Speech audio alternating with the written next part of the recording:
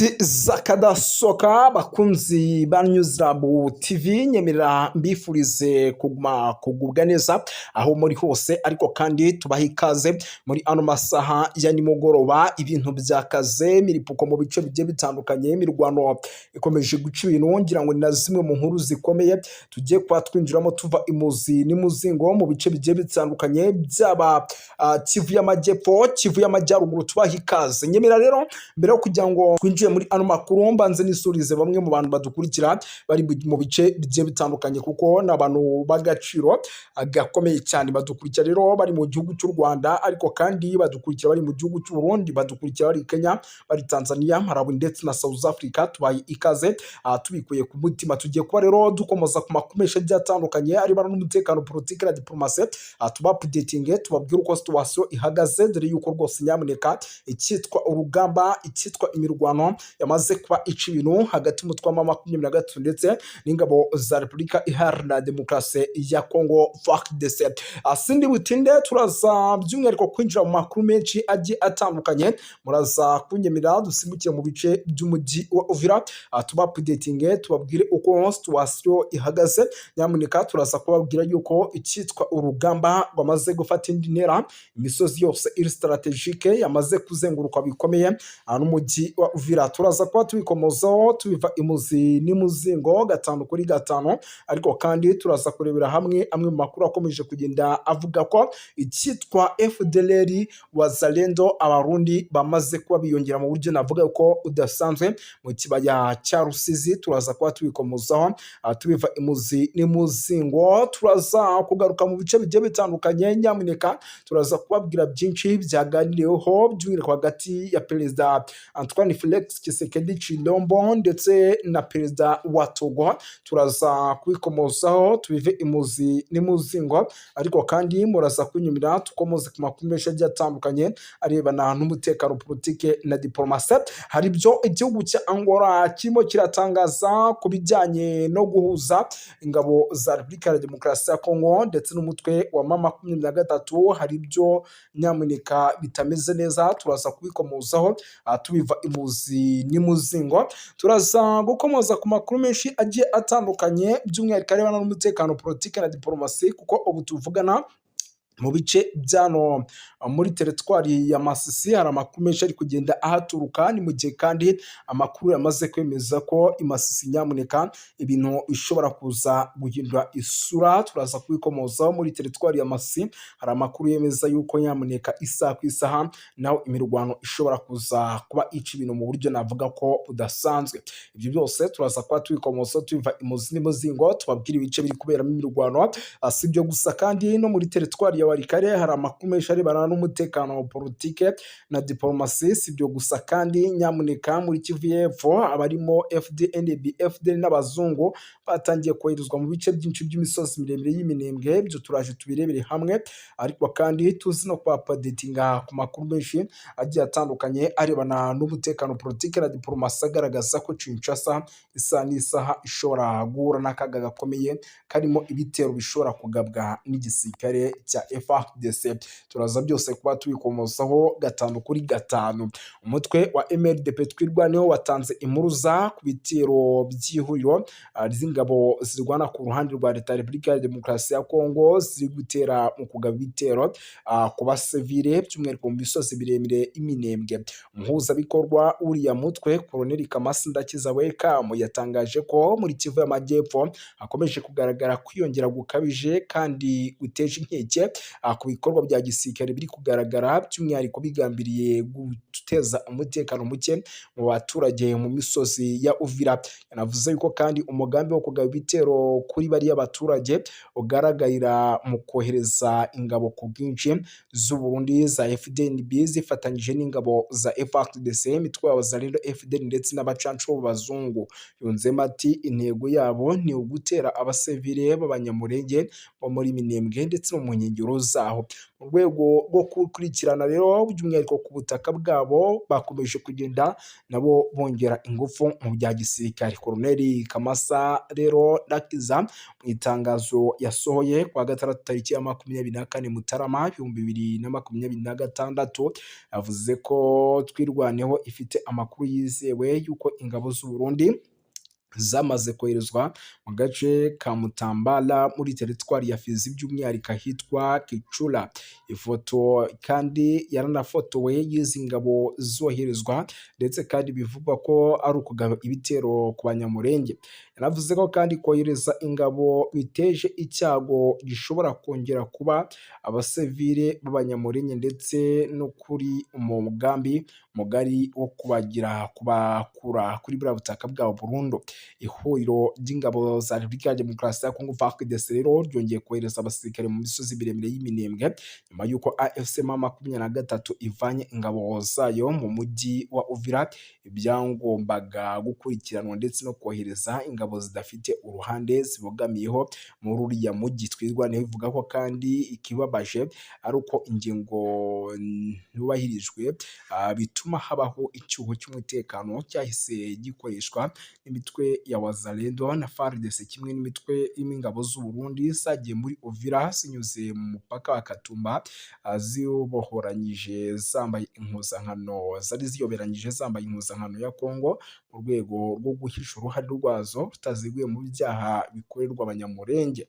Ingabo zo ku ruhande rwa leta kandi bivugwa ko zasuye mu misozi miremire mu gihe kuwa kane tariki ya 23 Mutarama zari zagabye ibitero mu duce twa Rugezi ndetse na Mukoko zikoresheje drone z'intambara bigakomeretsa abaturage 4 mu midugudu ya Mikenke. Ibitero kandi byagaragaje nk'ikiza nko kwica amategeko by'umwihariko mpuzamahanga yari yasinyiwe Washington, Rwanda ndetse n'i Nairobi. By'umwihariko byose rero bikomeje kugenda bigaragara mu buryo navuga ko udasanzwe. Ariko kandi uyu mutwe wongeye kwamagana umuryango mpuzamahanga kuba ukomeje kutagira icyo ukora ku iraswa ry'abaturage rikomeje kugenda rikorwa n'ingabo za leta ya Kinshasa ndetse na Bujumbura.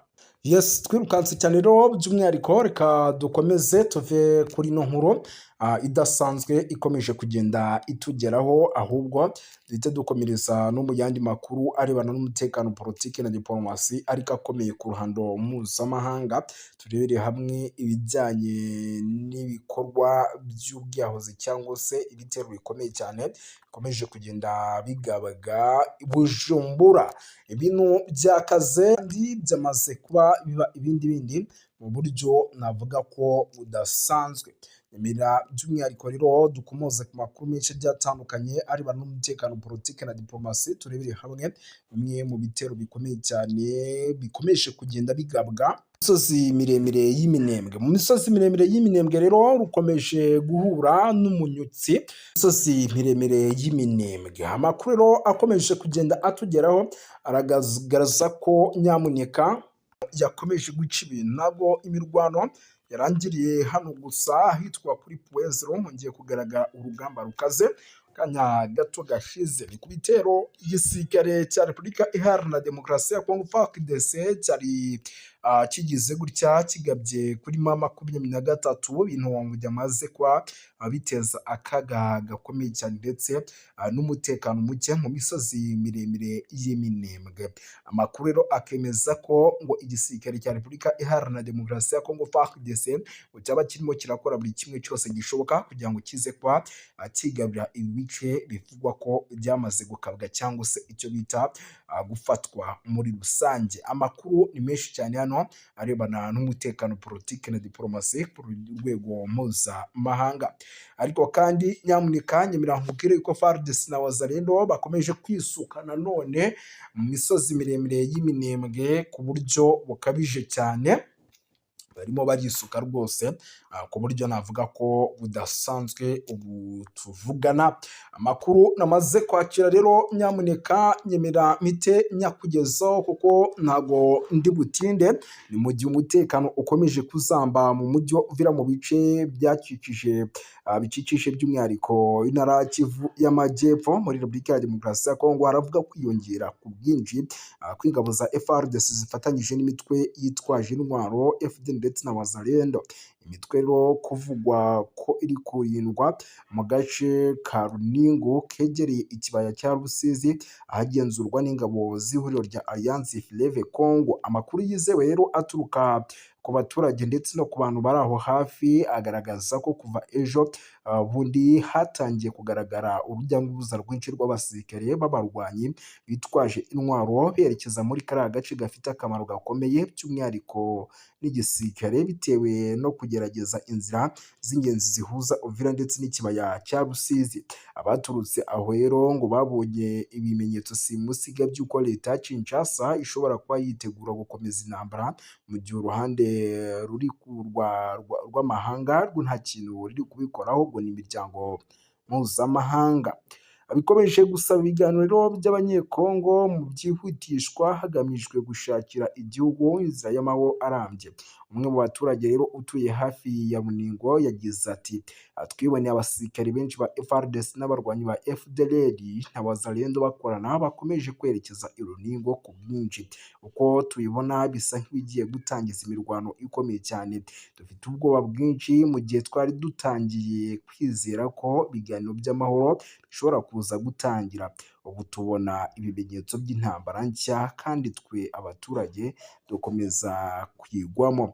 Nubwo iyi myiteguro rero ya gisirikare ikomeje, umutekano muke muri Uvira uri mu bihe bibi cyane by'umwihariko umujyi wa Uvira. Amakuru avuga yuko rero abaturage no mu miryango iharanira uburenganzira bwa muntu agaragaza ko abantu bakomeje kwicwa umunsi ku wundi, abandi bagakorerwa ihohoterwa, gusahurwa ndetse no kumurwa, gufatwa ku ngufu n'ibindi bikorwa ahanini bivugwa ko bikorwa n'imitwe ya Wazalendo, FDL hamwe n'abasirikare bamwe ba FARDC. Ibintu bikomeje gutera impungenge zikomeye.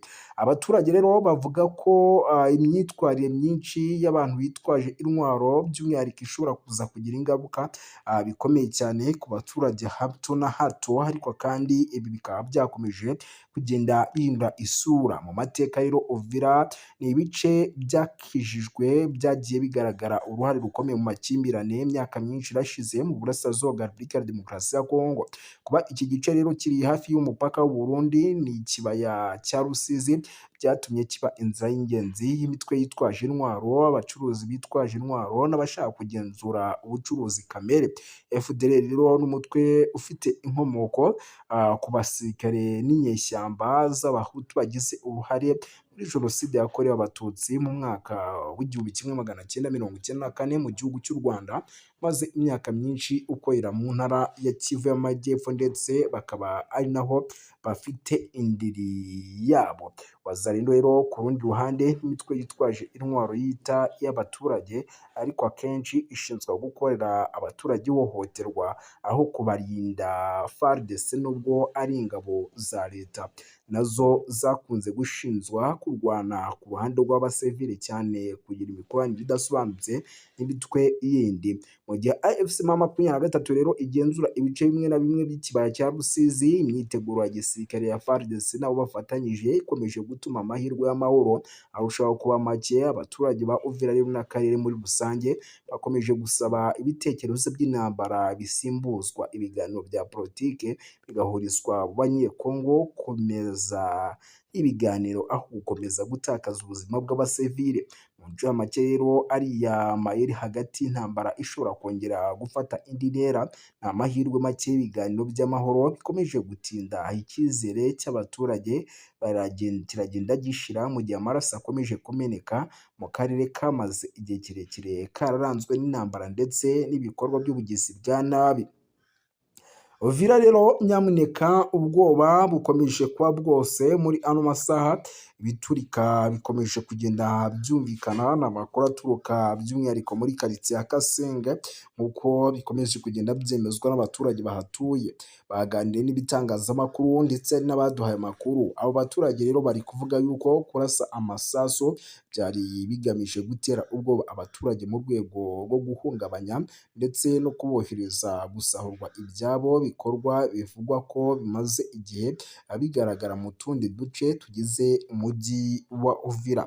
Kuva umutwe wa AFC M23 wava mu mujyi wa Uvira tariki ya 17 z'ukwa mbere 2026, ugasiga umwanya wa Wazalendo FDL n'ingabo za leta ya FARDC, abaturage bavuga ko umutekano wazambye ku buryo bugaragara. Raporo z'abaturage rero n'amakuru ava mu nzego z'ibanze zigaragaza ko muri icyo gihe habaye ubwicanyi, gusambanwa, gufatwa ku ngufu abagore, isahurwa rikabije ndetse n'isenwa n'imitungo y'abaturage, by'umwihariko kandi hanavuga isenwa ry'amazu, amatorero y'abanyamurenge harimo n'iry'ingenzi rusange rya 37 sedeke cyangwa se cadeke n'andi masengero cyangwa se n'izindi nsengero. Ibi byafashwe rero nk'igikorwa gikomeye cyo gushinza urwego rwo gutoteza by'umwihariko amatsinda y'abaturage b'abanyamurenge. Ibintu bikomeje gukara ariko kandi bikomeje kuba ibindi. Urugamba nyamuneka rukomeje kugenda rufata indi ntera. Amakuru rero aturuka ku ikusanwa kugeza ubu agaragaza ko abantu 29 bamaze kwicwa kuva izi mpinduka z'umutekano zatangira kugaragara muri Uvira, kuko nko mu ijoro ryakeye nyamuneka bivugwa ko abantu batari bake bongeye guhura n'ikibazo gikomeye. Haravuga undi muntu umwe wishwe mu gihe cy'amasasu yarashwe hirya no hino. Byongeye kandi kuba abantu 60 biravugwa ko baburiwe irengero, mu gihe abandi bafunzwe nabo bavuga ko ari benshi, n'imibare ikaba itaratangazwa ngo ishyirwe ku mugaragaro. Abaturage benshi rero mu nkengero z'umujyi wa Uvira bagaragaje akababaro n'ubwoba bukabije, bavuga ko imibereho yabo yahindutse nabi. Mu gihe gito bamwe muri abo batangaza ko mu gihe AFC M23 yari igenzura umujyi wa Uvira mu ntangiriro z'ukwezi kwa 12 2025, hari amahoro ugereranyije kandi n'ubwicanyi bukomeje kugenda bukorerwa mu mujyi wa Uvira. Umwe mu baturage yagize ati: "Bunyamakuru tubwirire isi yose, tubwirire AFC M23 ingaruka muri Uvira bitaraba bibi kurushaho. Wazalendo FDL na FARDC barimo kudutsemba burundu." Undi akomeza agira ati: "AFC M23 abaturage barayibonamo icyizere, izo ngabo za FARDC n'abazifasha abaturage benshi babafata nk'abicanyi mpuzamahanga, nk'abanze amahoro." Ibibazo rero by'umutekano bikomeje kugaragaza uburemere bw'ihungabana ry'amahoro mu burasirazuba bwa Repubulika ya Demokarasi ya Kongo, aho abaturage basigaye hagati y'imitwe itandukanye yitwaje intwaro n'ingabo za leta. Abasesenguzi rero bemeza ko igisubizo kirambye gisaba ibiganiro bya politike byimbitse, kubahiriza uburenganzira bw'ikiremwamuntu no gushyira imibereho mu mutekano w'abaturage n'inshingano n'ibikorwa byose bya gisirikare.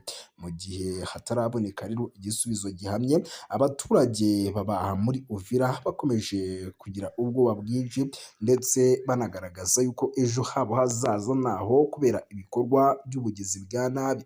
Nyamuneka ibi byose nubwo biri kuba, ibintu bikomeje guhindura isura, kuko perezida wa Angola João Lourenço murabizi yuko ari umwe mu banyamuryango ndetse akaba n'umuyobozi mukuru wa EU. João Lourenço yasabye Repubulika ya Demokarasi ya Kongo gutangiza bidasanzwe ibiganiro by'amahoro bihuza abanyekongo, ashimangira ko ariyo nzira irambye yo gukemura ibibazo by'umutekano mu gihugu cya Repubulika Iharanira Demokarasi ya Kongo.